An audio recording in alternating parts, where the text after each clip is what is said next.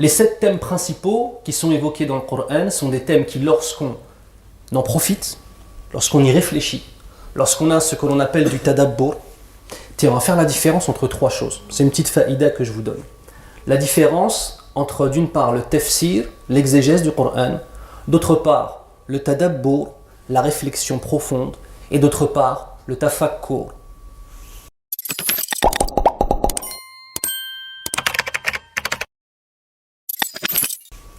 Il y a 3 choses différentes, ce n'est pas les mêmes. Le tafsir en tant que tel, l'exégèse du Coran. Est-ce que moi ou vous, on peut inventer un tafsir? Oui ou non? Non, ça c'est réservé à qui? On va même pas dire aux shuyukh, non. On va même pas dire aux ulama, non. On va parler, c'est réservé aux mujtahidoun. Les mujtahidoun, c'est ceux qui sont le plus haut degré des ulama. C'est-à-dire, c'est pas tous les ulama, c'est vraiment une élite. Eux, ils font le tafsir et eux, ils sont capables d'amener un tafsir.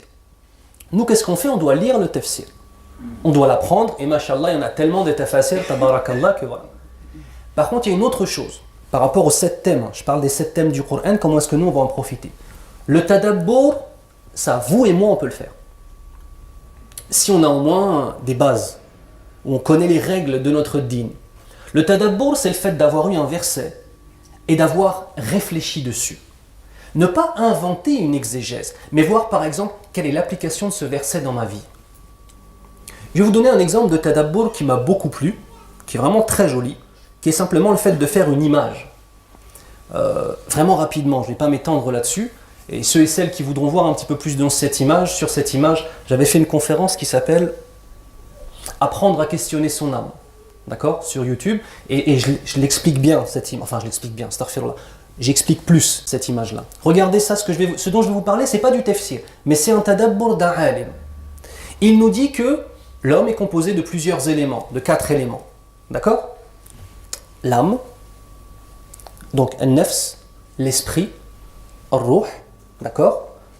Al-qalb, le cœur, et al-jasam, ou bien al-jasad, les deux sont bons, le corps, 4 choses. Et il te dit, regarde, dans Surat Yusuf, il y a l'exemple de ces 4 choses. Il te dit, regarde, l'âme, le nafs, c'est celui qui est au service de lui-même et qui veut juste répondre à ses passions. C'est la femme de l'Aziz, lorsqu'elle désire Yusuf, alayhi salam. C'est vrai ou pas?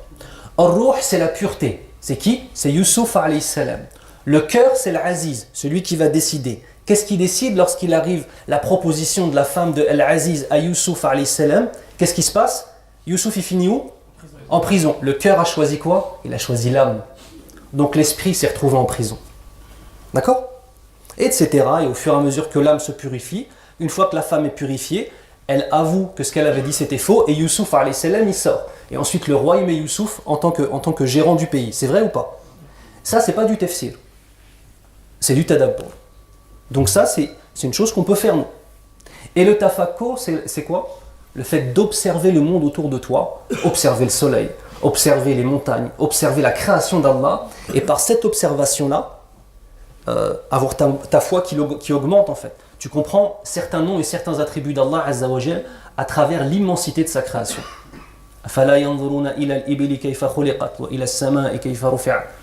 Eh bien en fait ça s'appelle le tafakkur. On a dit 3 choses. Allez-y, répétez. C'est quoi la première?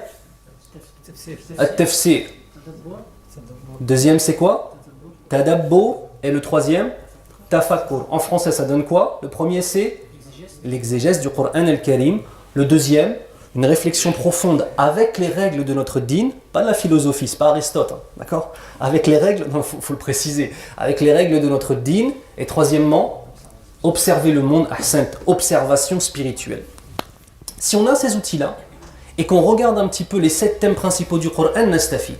Et là, ce que je vais vous dire, c'est le passage d'une conférence d'un grand alim, vraiment un grand alim, qui s'appelle Cheikh Abdullah ibn Muhammad al-Shanqiti.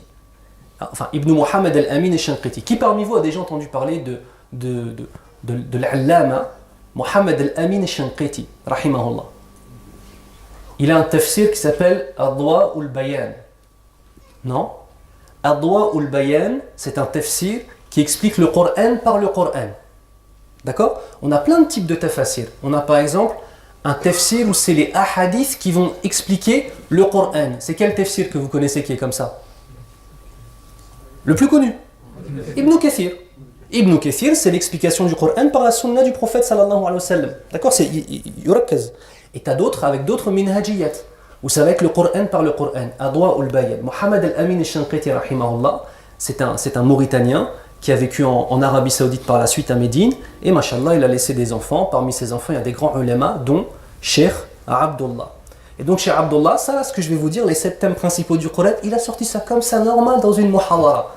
Adjib. Alors que quand tu regardes, c'est énorme de pouvoir réussir à faire sortir les 7 thèmes principaux du Coran. Si tu comprends ces 7 thèmes principaux avec une vraie spiritualité et un tawfiq d'Allah Azza wa Jal, enfin, avec un tawfiq d'Allah en premier, puis une vraie spiritualité, Inch'Allah, eh bien la sunna, on la ressent. Et on va voir pourquoi. Premier des thèmes, l'unicité absolue d'Allah. Al-Ikhlas, que l'on appelle aussi Al-Tawhid d'Allah Azza wa Jal. Toutes les fois où Allah Azza wa Jal nous rappelle sa toute-puissance. La ilaha illallah, Allahu la ilaha illahu.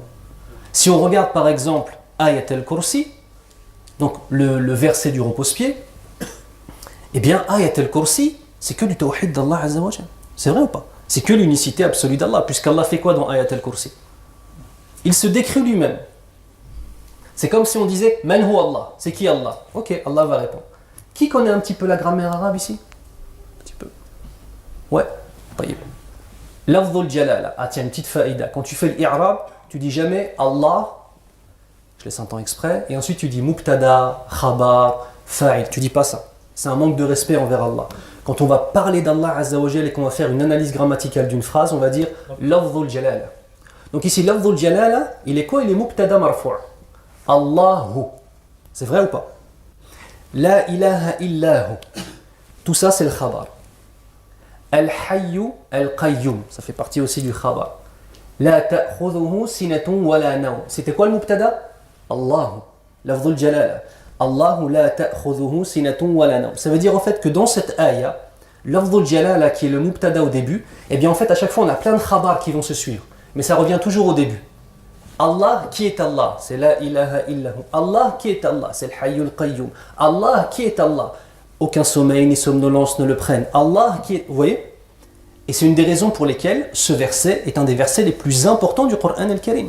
C'est une des raisons pour lesquelles Qul huwa Allahu ahad, Allahu samad, lam yalid wa lam yulad wa lam yakul lahu kufuwan ahad. C'est la sourate qui équivaut lorsqu'on la lit à un tiers du Coran. Suratul Ikhlas. Parmi les autres noms de Suratul Ikhlas, on a aussi Suratul Tawhid. Premier des éléments les plus importants, c'est ça. Deuxième des éléments, deuxième des thèmes dans le Coran al-Karim, al-Nubuwat, les prophéties. Avec, non pas, comment dirais-je, non pas l'histoire des prophéties, mais madmoum, ce qu'il y a à l'intérieur de cette prophétie. C'est quoi être un prophète? C'est quoi le message du prophète? C'est quoi le message des prophètes? À quoi ils appellent? C'est quoi leur vie? Vous voyez en fait ces questions-là? Eh bien ça c'est le deuxième thème principal du Coran al-Karim où Allah Azza wa Jal nous explique c'est quoi la prophétie. Regardez, Muhammad sallallahu alayhi wa sallam il rentre où là? Dans le deuxième déjà, directement. C'est le deuxième élément le plus important mentionné dans le Coran. Parce que si on sait qu'Allah existe et qu'on nous décrit Allah, ok très bien, bah je fais comment pour l'adorer? Il faut comprendre une chose. Un prophète, c'est la concrétisation humaine, d'accord, de tous les principes coraniques, de tous les principes divins, d'éthique, de société, etc. Donc de tous les principes coraniques qui sont faits en un homme, afin que nous on puisse ne pas être simplement dans quelque chose de, comment dirais-je, pas dans le dur en fait. Vous savez que si je te dis pas, alors imagine si je te dis, c'est quoi ton prénom Akhil? Shafak Allah wa afak, qu'Allah te guérisse. Hakim. Si je te dis Hakim, il faut être généreux. Il y a plein de façons d'être généreux, c'est vrai ou pas? Hier, si par exemple je te dis Hakim, viens avec moi Akhil Karim, on part ensemble, on prend un camion, on va dans un magasin, on achète plein de nourriture et ensuite on fait le tour de plein de familles pauvres d'Amiens qu'on connaît et on leur donne de la nourriture. C'est quoi le deuxième le plus facile à comprendre? J'ai dit le 2, c'est quoi le deuxième? C'est lequel des deux le plus facile à comprendre? C'est le deuxième, tu vois. Je t'ai donné le concept, la générosité, et ensuite qu'est-ce qu'on fait? On le fait ensemble. Eh bien c'est de la même façon, Allah Azza wa Jal nous donne des concepts. Être pieux, rentrer au paradis, être accroché à son dîn, avoir le tamassouk, être accroché à son dîn réellement, et ensuite il nous envoie les prophètes. Comme ça en fait on voit dans un homme ce que ça fait en fait. Vous comprenez? Ceux et celles d'entre vous qui ont déjà rencontré dans leur vie des salihoun, awliya Allah, wala nuzakki ala Allahi ahada, il n'y a qu'Allah qui sait ce qu'il y a dans les cœurs, mais ceux et celles d'entre vous qui ont déjà rencontré des hommes et des femmes réellement pieux, vous allez vous en souvenir toute votre vie. C'est vrai ou pas? Pourquoi? Parce qu'en fait, tous les principes que tu as déjà lus dans ta vie, dans la sunna, dans le Coran, dans la sunna, etc., tu les as vus dans un homme et tu l'oublies pas. Et en plus, ça va faire quoi? Ça va te marquer. Et ça va te permettre peut-être d'évoluer plus que d'avoir étudié 1 an dans un institut, même si tu auras appris plein de choses. C'est vrai ou pas? Donc, deuxième des éléments, nubuwat. Troisièmement, al-mi'ad. Al-mi'ad. La promesse du jour du jugement, ainsi que ce qui vient après. Le paradis et l'enfer. Regardez comment il est le tartib, regardez comment il est l'ordre. Cet ordre-là, en fait, il faut toujours se le rappeler. Parce que c'est un ordre qui va nous permettre de nous surpasser nous-mêmes. Vraiment. C'est un ordre qui va nous permettre... Parce qu'en fait, tu remets tout dans le bon sens des priorités. Tu remets toutes les priorités dans ta vie. Quand par exemple, tu es dans un commerce et tu as l'occasion, par le fait de faire une action illicite, d'avoir plus d'argent. Si on est porté par nos besoins de cette vie d'ici-bas, la maison que j'ai envie d'acheter, la voiture que j'ai envie de changer, ou peut-être simplement l'amour de l'argent, il y a des gens, ils aiment juste l'argent. Ça, oh là là. Achlik, il veut rien acheter. Il n'a même pas de projet d'acheter, il veut juste de l'argent. Il regarde les biens, il est bien. Habibi, tu vois, il y a des gens comme ça. Shafahumullah, qu'Allah les guérisse. C'est encore pire que celui qui met de l'argent pour acheter quelque chose. Lui, c'est juste qu'il aime l'argent. Il veut voir son compte, il regarde son compte avec l'application, il fait « Ah, je suis bien !» Et il referme, voilà. Allah musta'an. Donc je vous disais quoi? Qu'est-ce que je vous disais? Qu'est-ce que je vous disais juste avant? Hein? Le troisième, al-wa'id. Le fait simplement d'avoir toujours à l'esprit cet élément. Parce que là, Akhil Karim, tu te rappelles qu'Allah te voit, enfin qu'Allah nous voit, qu'Allah nous entend. Je me rappelle de l'exemple du prophète sallallahu alayhi wa sallam, et je vois que tout ce que je fais, tout ce que je dis, je vais devoir en répondre pour aller soit au paradis, soit en enfer. Ça fait peur ou ça fait pas peur? Ça remet des idées en place ou ça remet pas les idées en place? Bien sûr. Quatrième thème abordé dans le Coran al-Karim, les ahkam. Les ahkam. Ce qu'on appelle sharia al-islamiyya. Même si bien évidemment, al-tawhid, al-ikhlas fait partie de notre sharia, etc. Mais là on parle des ahkam dans le fiqh, dans usul al-fiqh, dans le droit musulman, dans les fondements du droit. Donc ça, c'est en position numéro 4. Position numéro 5, al-wa'd. Les passages spirituels dans lesquels Allah Azza wa Jal nous appelle à la réflexion, nous appelle à nous remettre en question. Ya ayyuhalladhina amanu ittaqullah wal tanzur nafsum ma qaddamat lighad. Wattaqullah. Regardez ce verset comment il est. Oh les porteurs de la foi, craignez Allah Azza wa Jal. Et c'est qui les porteurs de la foi à l'époque du prophète sallallahu alayhi wa sallam? C'est Sahaba radiallahu anhu. Donc ça veut dire quand Allah Azza wa Jal leur ordonne de le craindre, ça veut dire qu'il est en train de parler à eux. Imaginez-vous comment nous on doit recevoir cet ordre-là. Que chaque âme regarde ce qu'elle a acquis pour demain. Une personne pareillement. Une personne qui peut avoir ce verset à l'esprit, c'est une personne qui se rappelle du point numéro 3. Al-mi'ad. Promesse qu'Allah Azza wa Jal nous a fait du jour du jugement, du paradis et de l'enfer. Donc, si une personne, regardez, ô vous les porteurs de la foi, craignez Allah. Regardez comment il faut comprendre le verset, parmi les compréhensions en tout cas. Quel est le résultat de craindre Allah vis-à-vis de nous-mêmes? On va regarder ce qu'on a fait. On va analyser ce qu'on a fait dans le passé. Est-ce qu'on a fait du bien, est-ce qu'on a fait du mal? On va analyser aussi ce qu'on a préparé pour demain, en espérant que ce soit accepté, en ayant peur que ce soit refusé, mais en enveloppant le tout d'un amour profond pour Allah. Donc si on est pieux, on peut avoir ça. Ça veut dire quoi? Si on utilise ce qu'on appelle mafhoum al-mukhalafa. Si je ne regarde pas mes actions, et que je ne réfléchis pas sur mes actions, et que je n'ai pas un souci réel du jour où je vais mourir, je ne parle pas simplement de dire « Ah ouais, c'est chaud ce jour-là quand même ». Non, je parle d'y réfléchir vraiment, et que ça change nos vies. Si je n'ai pas ça, est-ce que ça veut dire que j'ai craint Allah? Non. Et regardez ensuite, Allah Azza wa Jalla nous répète « Wattaqullah ». Est-ce que c'est la même taqwa? Ça ne va pas être la même. La première, c'est celle qui nous amène à réfléchir sur nos propres actions, à faire le bilan de nos propres actions, à préparer ce qu'il y a demain. Et regardez dans la suite du verset « Wattaqullah ». L'autre, ça va être celui qui va... L'autre taqwa, ça va être celle qui va me permettre, dans une deuxième étape, de pouvoir appliquer les conclusions auxquelles je suis arrivé. Première des taqwa, première des craintes, m'amène à me remettre en question, à réfléchir à mes actions. Deuxième des craintes, les réponses que j'ai trouvées aux questions que j'avais, c'est le fait de les appliquer. D'accord ? Inna Allaha khabirun bima ta'malun. Certes, Allah Azza wa Jal est parfaitement connaisseur de ce que vous faites, ce qu'il y a dans vos cœurs, ce que vous avez fait avec vos mains. Par exemple, par rapport au wa'af, par rapport au mi'ad. Sixièmement, la mise en garde contre la force d'Allah. Dans le premier tout à l'heure, on parlait de l'information de l'existence de l'enfer. Là, on parle des conséquences. La toute-puissance d'Allah subhanahu wa ta'ala. Et pareillement, on a aussi pas mal de maladies dans la communauté aujourd'hui. Je ne sais pas si vous avez remarqué cette chose-là. Les gens aiment beaucoup qu'on leur parle du paradis. C'est vrai ou pas? C'est normal. Les gens aiment beaucoup qu'on leur parle du paradis. Mais on arrivait même à un moment, pas chez les anciens. Les anciens, vous savez, les anciens, les gens 50, 60 ans, 70, 80 ans, il y a un certain nombre de pollutions, alhamdoulilah, qu'ils n'ont pas. Mais que la jeunesse a. Et c'est pour ça que c'est très important de prendre aussi un modèle profond sur les anciens. Parce qu'il faut dire la vérité. Il y a beaucoup de gens dans la jeunesse qui sont très souvent en train de critiquer les anciens. Wal kamalu lillah, il n'y a qu'Allah qui est parfait, c'est vrai ou pas? On commet tous des erreurs dans nos façons de faire, dans nos façons de voir les choses, dans nos façons de parler, etc. Mais Ikhwan, je pose une question. Qui est-ce qui a construit les mosquées? Qui est au premier rang? Qui, chaque fois que tu rentres dans la mosquée, il est en train de regarder son téléphone portable? Non. En train de lire le Coran al-Karim, c'est qui? Qui a élevé des générations entières? Avec voilà, les réussites et les échecs parfois, c'est vrai. Mais le fait de reconnaître cet élément-là, les anciens, c'est des modèles. Et il y a des pollutions qu'il y a dans la jeunesse qui ne sont absolument pas présentes chez les anciens. Les anciens, tu leur parles de paradis, de l'enfer, c'est normal. Tu parles de l'enfer. Il y a plein de gens dans la jeunesse, quand tu leur parles de l'enfer, c'est « Ah non, c'est trop dur. Ah non, vous êtes toujours en train de parler de l'enfer, l'islam, c'est pas que non. Oh non, oh, vous êtes trop jugeant. » On m'a dit ça la fois. Ça juge trop. Oui.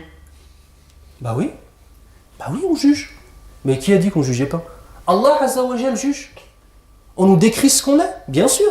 Une personne qui vient et qui te cite un verset ou qui te cite un hadith, c'est pas lui qui t'a jugé, hein, c'est Allah qui t'a jugé. C'est vrai ou pas? Ou c'est le prophète sallallahu alayhi wa sallam qui a jugé. Et en fait, il y a des gens qui ont tellement un amour de leur nefs, de leur âme. Ils se sentent tellement moi leur enfer. Tu vois ce que je veux dire? Moi, mais non, c'est pas possible. Ah, lui, de toute façon, il est toujours en train de nous dire que ça c'est haram. Mais c'est pas lui. C'est Mohammed sallallahu alayhi wa sallam qui dit que c'est haram. Et cette personne-là, par la grâce d'Allah, c'est juste un lien entre toi et cette sunna. C'est-à-dire celui qui vient et qui voit chez toi une action qui est illicite et qui te dit Akhil Karim, billati hiya ahsan, bien sûr, on n'est pas des super-héros avec des capes. C'est vrai ou pas? Il faut venir, il faut parler avec les gens avec respect. Que la personne soit plus âgée que toi ou plus jeune que toi. Les gens, ils ont droit au respect, peu importe leur âge, peu importe leurs conditions ou leur origine. C'est très important. Tu parles avec respect, mais tu dis Qala Allahu Azza wa Jal et tu lui montres que la personne est en train de faire quelque chose d'illicite. C'est un jugement qui émane de toi ou qui émane d'Allah? D'Allah. Tu viens, la personne a fait quelque chose d'illicite. Tu lui cites un hadith du prophète sallallahu alayhi wa sallam, hadith authentique, muttafaqun alayhi, Bukhari wa Muslim, comme ça, personne qui va nous casser la tête. D'accord? C'est un jugement de ta part ou c'est un jugement qui a été établi par le prophète sallallahu alayhi wa sallam? Qui? Tu es en train de lui faire un cadeau. Tu es en train d'être le lien entre lui et les ordres d'Allah Azza wa Jal. Et il ne faut jamais simplement oublier une chose. Quand on montre à quelqu'un qu'il ou qu'elle fait une action illicite, n'oubliez jamais que ça doit être par amour qu'on le fait et pas par haine. Pas par haine. Il y a des gens, ils ne sont pas bien dans leur vie. Il y a des gens, ils sont mzayyarin. Ils ne sont pas bien dans leur vie. Avec sa femme, ça se passe mal. Au travail, il n'est pas satisfait. Et en plus, sa voiture, elle est en panne depuis 3 mois. Ça y est, mskin. Et lui, quand il voit que tu fais quelque chose de haram, il te saute dessus comme un chevalier. On dirait il va te pourfendre. Messire, il va te pourfendre. Non, celui-ci vient de se défouler en fait. Parce que dans sa vie, il est mzayyar, il n'est pas très heureux, et il vient de se défouler sur une personne qui vient de venir à la mosquée avec une coupe qui ne va pas ou une tenue vestimentaire qui ne va pas. Parce qu'il y a des coupes qui ne vont pas. Il y a des tenues vestimentaires qui ne vont pas aussi. D'accord? Mais lui, il s'est défoulé. Tu ne vas pas changer la personne. Il faut montrer à la personne que tu l'aimes. Et que cet amour pour lui te pousse à lui dire « Écoute, Akhil Karim, moi ce que je veux pour toi, c'est le paradis. » Et là, je vois, machallah, t'es venu à la mosquée, c'est un super effort. Regarde, le prophète, sallallahu alayhi wa sallam, tu dis, sallu ala rasulillah. Tu vois, le prophète, tu touches la personne, tu touches son épaule. Ça va, chez les Arabes, on peut se toucher entre hommes, c'est normal, alhamdoulilah. Tu touches son épaule, tu dis, barakallahu fik ya akhil karim, et tu lui expliques. Il va changer ou pas? Inch'Allah, il va changer. En tout cas, il saura maintenant que la bonne attitude, c'est celle-là. Mais si tu viens et tu fais le chevalier avec lui, peut-être qu'il ne va plus jamais revenir à la mosquée. Donc, l'histoire, c'est pas dans le message. L'histoire, c'est le comment du message. D'accord? Et juger, oui. Allah juge. Le prophète, sallallahu alayhi wa sallam, juge. Les sahaba, radiyallahu anhum, jugeaient. Sur quoi? Sur l'apparence des actes. Par contre, ce qu'il y a dans les cœurs, on peut le savoir ou pas? Non. يَعْلَمُ خَائِنَةَ الْأَعْيُنِ وَمَا تُخْفِي الصُّدُورِ. Il n'y a qu'Allah Azza wa Jal qui connaît la trahison des yeux et ce que les cœurs renferment. Nous, on ne peut pas savoir. Mais ça ne nous empêche pas de juger sur l'apparence. On a une règle dans notre dîn qui dit نَحْكُمُ عَلَى الظَّاهِرِ. On juge sur l'apparence des choses. Ça, c'est une règle dans notre dîn. Mais il y a des gens qui n'aiment pas être dans la situation où on leur a dit non, ce que tu fais, c'est pas bon. D'accord? Qu'Allah nous préserve. Et la dernière, c'est Al-Qasasu.